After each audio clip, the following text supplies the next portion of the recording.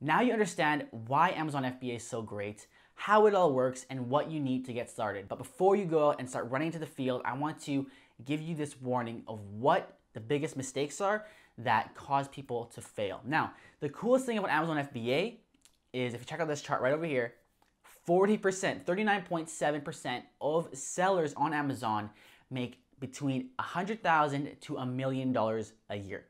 Let me say that again. 40% of sellers are making 6 to 7 figures. So it has a very high success rate compared to any other business model in the world. But there is still a good amount of people that fail this business.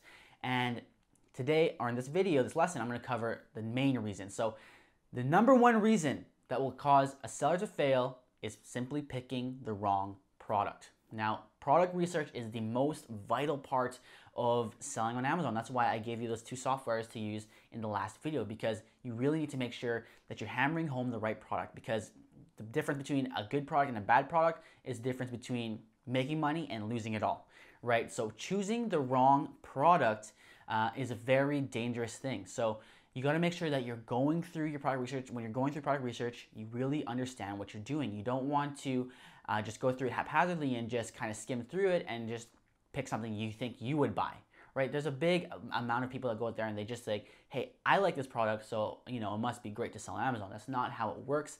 It has to be something that definitely enjoy the market that you get into. Whatever niche you choose, make sure it's something you're somewhat passionate about at least. Like if I don't know any, like I wouldn't get into, selling Barbie dolls, something I know absolutely nothing about. If you're not a car person, don't get into auto. If you're not, if you're a guy, maybe it's not the best, that totally doesn't understand any beauty products, maybe it's not the best to go into makeup, right?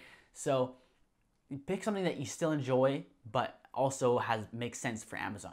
So again, that workshop I told you about in the last video, I'm going to show exactly the way you pick products that are going to be winners, that you can go and pick without the next mistake, which is copying or competing in price. So a lot of people will pick up a product and they'll compete in price. Now, I'm going to show you exactly how you pick a product, almost any product really, and make it make sense for you without having to compete on price, because competing for the lowest price is an absolute way to make your Amazon business a massive headache, right? You might not fail by competing on price, but you will not have a good time. You're going to be having penny margins. You'll be barely making a profit. It's gonna be very stressful. It's gonna be very difficult, and it's gonna be almost useless to start if you're gonna be a low price leader.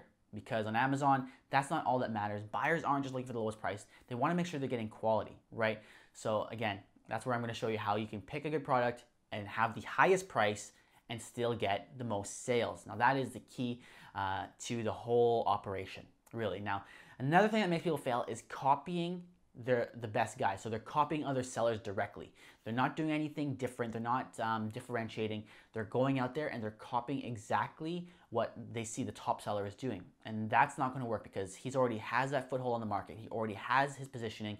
You can't go in, do the same exact thing and expect to do better than him, right? Or expect to even match him, because he's going to crush you, because he already has a set BSR with Amazon. He's already has a long sales history, and he has a lot of social proof with his reviews and his feedback, right? So you can't go out there and copy, because that's a big way to fail. Even if you have the right product, you have the right price, and you go out and then copy the number one guy, it probably will not pan out for you, okay? So another thing, now this is a big one, I have to give props to the people that actually go out there and pick a wrong product. I have to give props to people that actually go out there and race to the bottom of the price, because at least they're out there and they're doing it.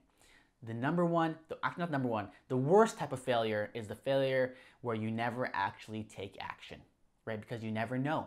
You never actually were able to sum up the courage to take the risk and face your fears and actually jump into something. Because there's people that are out there that are killing it. I never thought I would be doing this. I never thought I could make this happen, right? I was a high school dropout. I was doing door-to-door sales. I actually worked at Cineplex. I worked at a movie theater, and I never saw this future for myself. And when I found out about Amazon, it was scary, right? I didn't have too much money to invest, but I got it all together. And when I took that risk, I failed my first product, and that sucked. It honestly sucked. but at least I took the chance and I knew, okay, this is something I know I can now do. Now when I failed that product, I know it's something that I could be good at now that I understand where I failed, and I went back at it again. And of course, you know the story. Now I have a 6-figure Amazon business. So don't get stuck in analysis paralysis. Go out there and do it.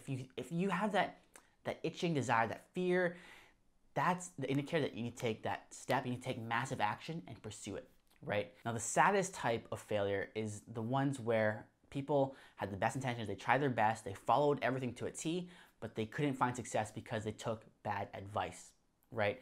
There's countless number of FBA teachers and gurus out there that are teaching FBA differently, and for the most part, a lot of them are teaching it to an older style, right? Because FBA was a different game in 2014, 2015, even 2016 than it is right now in 2018, right? So the ones that are out there and are selling the same course they sold years ago, or they're giving the same information that they gave out years ago, they're actually causing a lot of people to, you know, stumble and fail. So make sure you, when you're out there looking at YouTube channels, you're looking at different stuff, make sure you're looking at the source.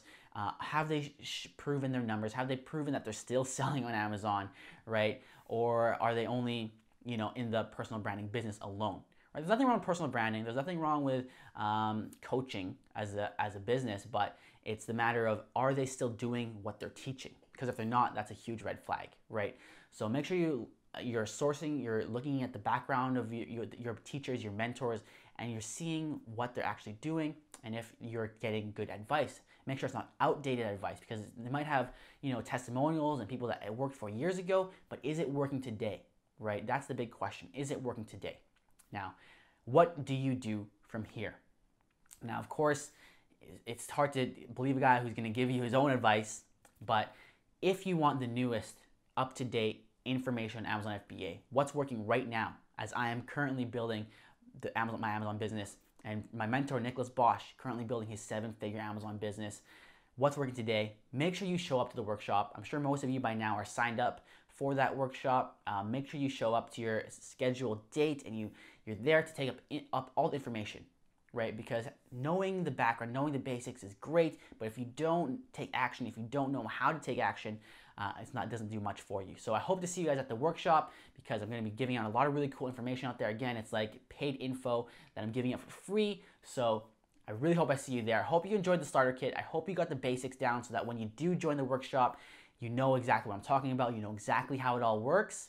So that's it for the starter kit. I hope you'd enjoy it. I'm JT Franco, and I'll see you guys later.